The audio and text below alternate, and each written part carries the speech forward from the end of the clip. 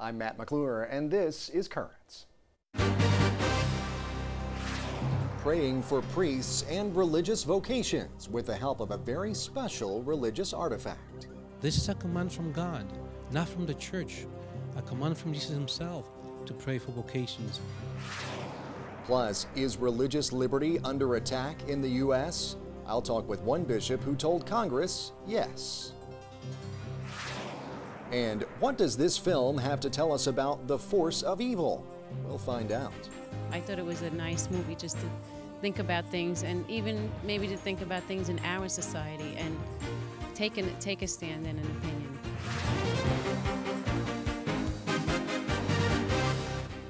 Good evening. Thanks so much for joining us tonight. The Diocese of Brooklyn played host to a piece of papal history this week.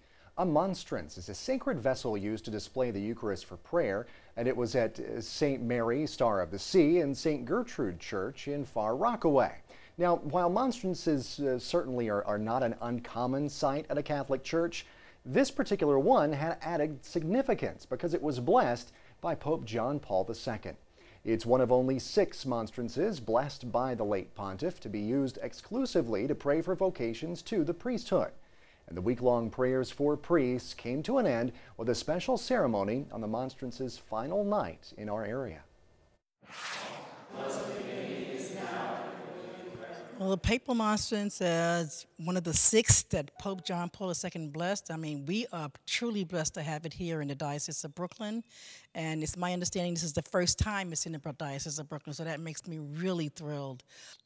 Tonight we conclude our whole week with the monstrance, and one of the blessings that we have received having the monstrance here, and of course praying in the presence of the Blessed Sacrament, people coming during the whole week to pray for vocations. We had a nocturnal adoration Friday to Saturday, and there was like about 50 people here that spent the night praying for vocation to the priesthood and religious life. Never underestimate your prayers.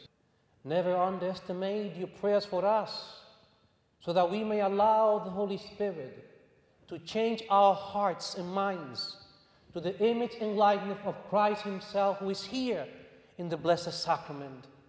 As they need us priests, we priests, and I humbly say we need them. We need their prayers, their encouragement, because we are walking together.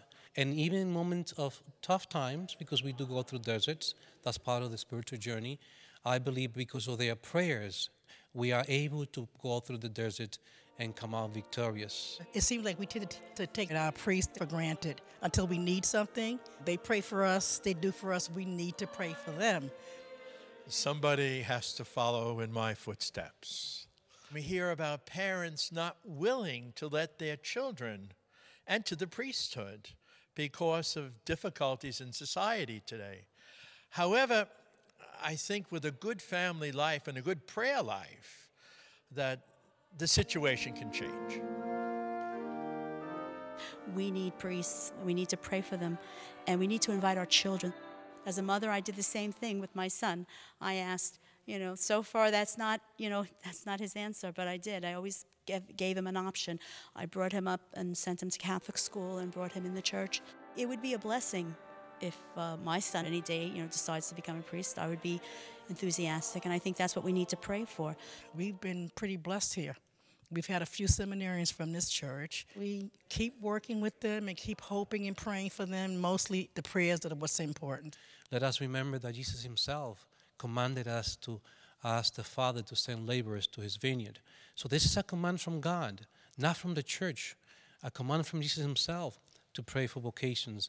And actually this monstrance fostered that reality to bring the awareness to God's people that they need to pray, as Jesus commanded them to pray for vocations to the priesthood and religious life.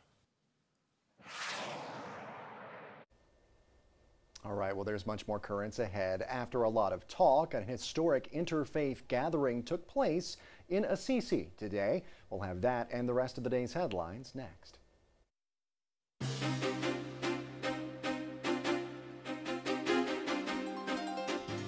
Welcome back to Currents. I'm Matt McClure. Coming up in a bit, is there systematic evil? Well, the silver screen may actually have an answer for us. First, though, let's have a look at the day's headlines. Well, 25 years after John Paul, Pope Benedict brought together leaders from across the faith spectrum for an interreligious gathering today. The Pope traveled by train to the Italian city of Assisi, where Protestant, Jewish, and Muslim leaders, as well as non-believers, joined him. During his talk, Benedict condemned the use of religion for violence and expressed regret for the acts of past generations.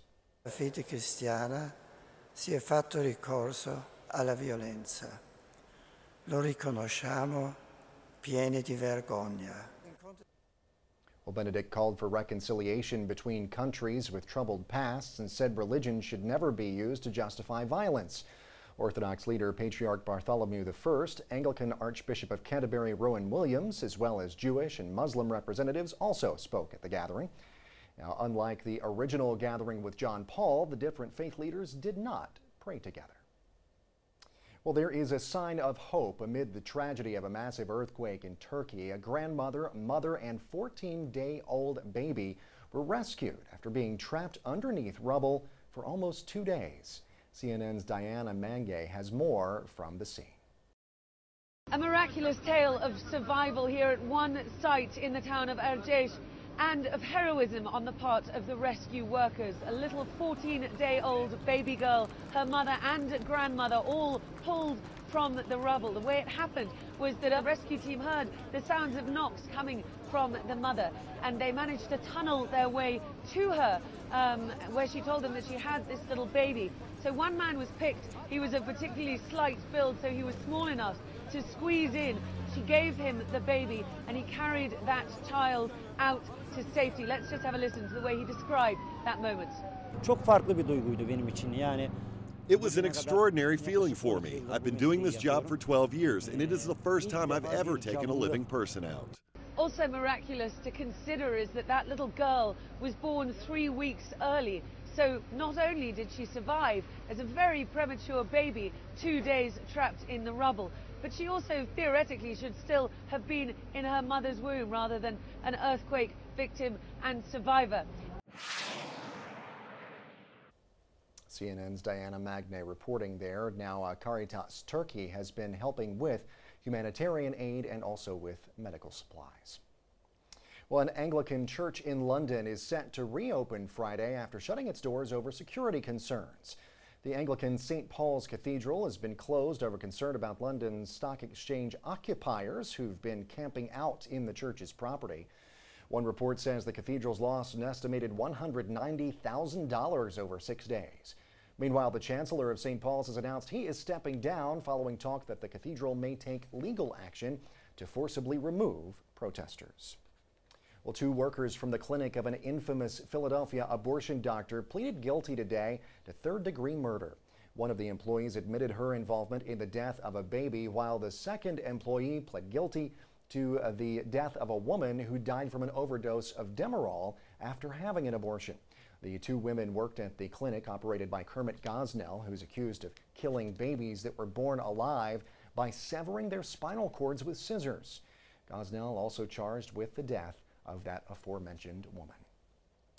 Well, a group of U.S. troops and military veterans have announced a lawsuit challenging the Defense of Marriage Act. A same-sex couple in Massachusetts are the lead plaintiffs in the case, one of whom is a member of the National Guard.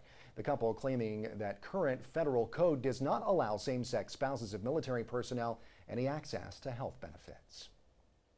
Catholic University of America is facing a discrimination complaint by not offering space for Islamic prayer. A professor at neighboring George Washington University filed a complaint with Washington, D.C.'s Office of Human Rights. The complaint says Catholic U does not provide space, as other universities do, for Muslim students to make daily prayer. The professor is the same one who complained that Catholic U was committing sex discrimination by doing away with co-ed dorms. An atheist group says an Alabama school district is violating separation of church and state by allowing prayers that invoke Jesus' name before high school football games. Fox News reporting the Freedom From Religion Foundation has issued a complaint on behalf of a local resident. The school superintendent says the complaint was sent to a lawyer for review. Well, meantime, the mayor of one Tennessee town came up with a novel response to a complaint from that same atheist group. The Freedom from Religion Foundation threatened to sue the town of Whiteville for having a cross on top of its water tower. The mayor of Whiteville responded by having one of the cross's arms removed. In a letter to a lawyer involved in the case, the mayor wrote, quote, "Shame on your client and your firm," end quote. Well, the bankrupt Crystal Cathedral Ministries is not going anywhere. The owners have agreed to sell the famous cathedral to Chapman University. The school is purchasing it for $50 million, but under an agreement, the church ministry will lease the Crystal Cathedral and eventually buy back some of its main buildings. The Diocese of Orange had been in the running to buy the famous glass structure and use it as its new cathedral rather than build one from scratch. And it once was lost, but now it's found. An historic church bell that weighs almost 3 tons has been recovered in California's Bay Area. The bell, which stood in a secluded area outside San Francisco's St. Mary's Cathedral, went missing this past weekend. An informant notified police earlier this week that the bell was across the street from a scrap metal yard in Oakland. Police say the bell was dirty, it was covered up with a tarp, but it was intact. It's still not clear who stole it. Stay tuned, there's more currents ahead.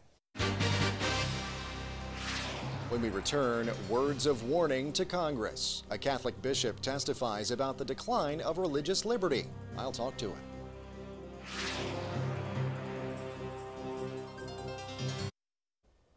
Welcome back. Grave threats to religious liberty. That's just some of what Bishop William Lori said yesterday in his testimony before a House subcommittee in Washington.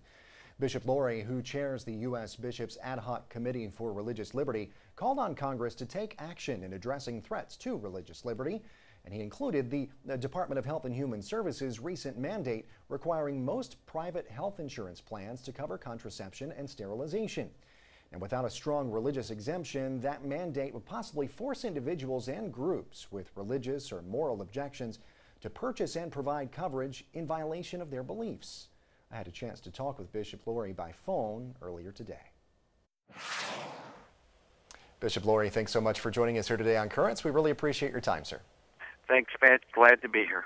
Well, first of all, as we begin our conversation here, could you just explain to our viewers a little bit about how this trip to Capitol Hill for you came about?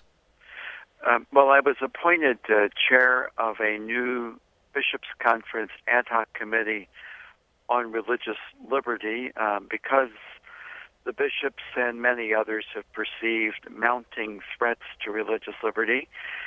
When that became known, the chair of the subcommittee on the Constitution of the House Judiciary Committee invited me and two others to testify, and I was really glad for the opportunity to lift up the whole issue of the erosion of religious liberties in our country. And as part of this, you mentioned several issues. You actually called for corrective action by Congress to address, I think, really 6 areas where the bishops feel that religious liberty is under attack. One of those areas, the Health and Human Services Department mandate on health insurance, contraception coverage, among others. That HHS mandate has been one that we've really been talking about here recently quite a bit. There are now some, I understand, religious carve-outs in that language, but why don't the bishops feel that that language is broad enough? Well, the HHS rules that you referred to are part of implementing the Affordable Health Care Act. And the rules would require all private insurers to provide for sterilizations, abortifacients, contraception, and to provide the full cost of this. The exceptions are so narrow, if I could quote Sister Carol Kean, that they just barely cover the parish housekeeper. Unless an entity exists solely to teach doctrine, is comprised almost entirely of Catholics and serves only Catholics, it doesn't qualify. So this would mean that many dioceses, Catholic charities, schools would not qualify under the exception. So there really they're really putting forth a dilemma. Sure. Either we violate our consciences, or we surrender our mission, and we are not about to do either one of them. And that's just one of the issues that you mentioned when you were before the subcommittee. Now, could you talk to us for just a moment about the overall issue of religious liberty and why maybe you think we're headed down this particular road of, as the bishops see, religious liberty being attacked? Well, as we all know, religious liberty is the first of our liberties. It is given to us by the Creator, not by the state. What has happened is, over time, a tendency has crept in to see religious liberty as, in fact, something given to us by the state, so that the state can take it away. A lot of culturally and in some court decisions, religious liberty is treated as something entirely private, rather than something that we can bring into the public square. There has been less and less tendency, legislatively, judicially, and also bureaucratically, to accommodate religious beliefs. And so what's happened, and of course, with the advent of same-sex marriage and an aggressive anti-religious secularism, these tendencies have accelerated. And now we see these 6 or so areas that I enumerated as the fruits of something that's been going on for really quite a while. So the bishops decided, and I think rightly so, that we need to make this a priority, and we need to mobilize ourselves, our brother priests and deacons, and most importantly of all, the Catholic people. Sure. To speak up and to defend our liberties.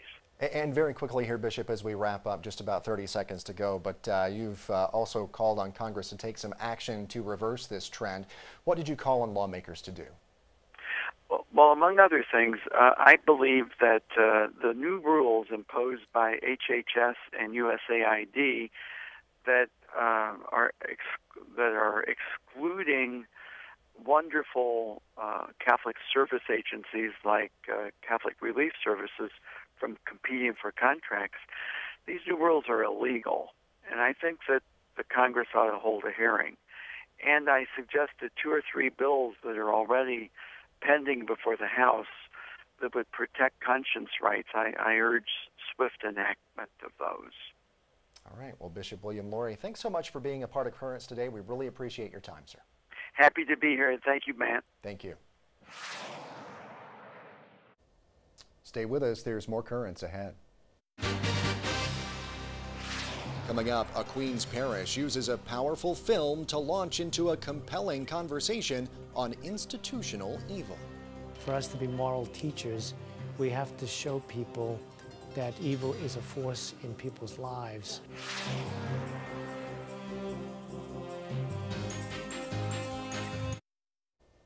Well, finally tonight, is it science fiction, a look at what the future holds, or a snapshot of our present? Well, at the second installment of the Fall Film Festival at Immaculate Conception Parish in Astoria, Queens, moviegoers watched Never Let Me Go. That's a film that portrays a future where human beings are created in order to harvest their organs. Yeah.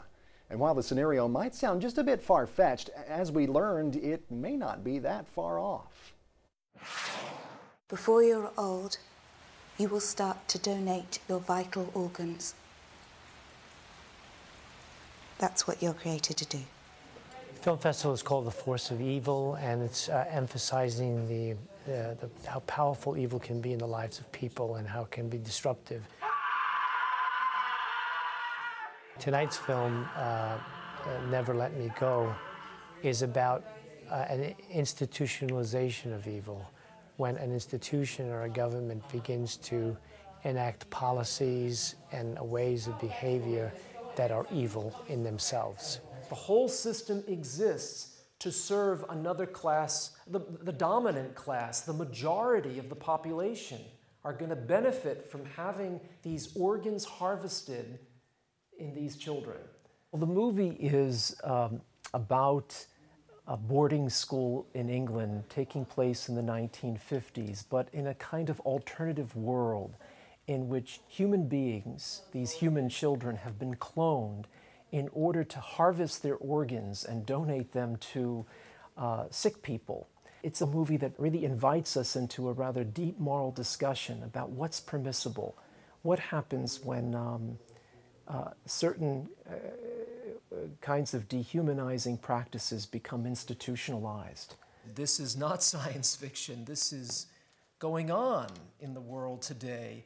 We have seen in the newspapers in recent years stories about children who have been conceived in order to become donors to their siblings who are suffering from a particular disease. That's a kind of instrumentalizing of human beings and violating their dignity and their fundamental human rights.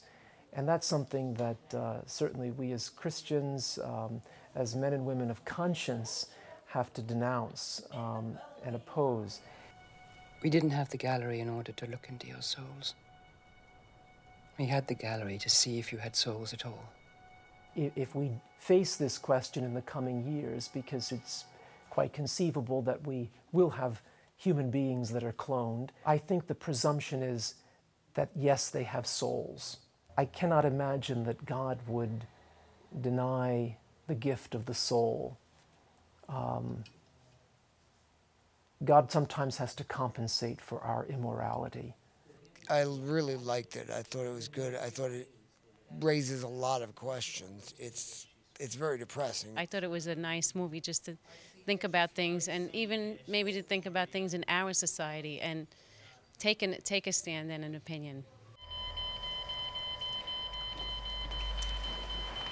We underestimate evil in the lives of people, and for us to be moral teachers, we have to show people that evil is a force in people's lives. So I'm hoping that people be more aware of evil in their lives and be a little bit stronger in combating evil.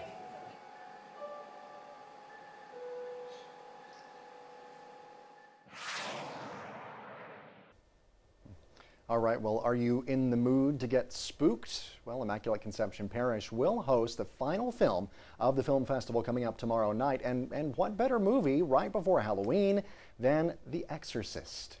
Go catch that, all right? That's it for this edition of Currents. Now, coming up tomorrow, there's a surprise in store when a popular Brooklyn bishop looks at how we're surprised by God.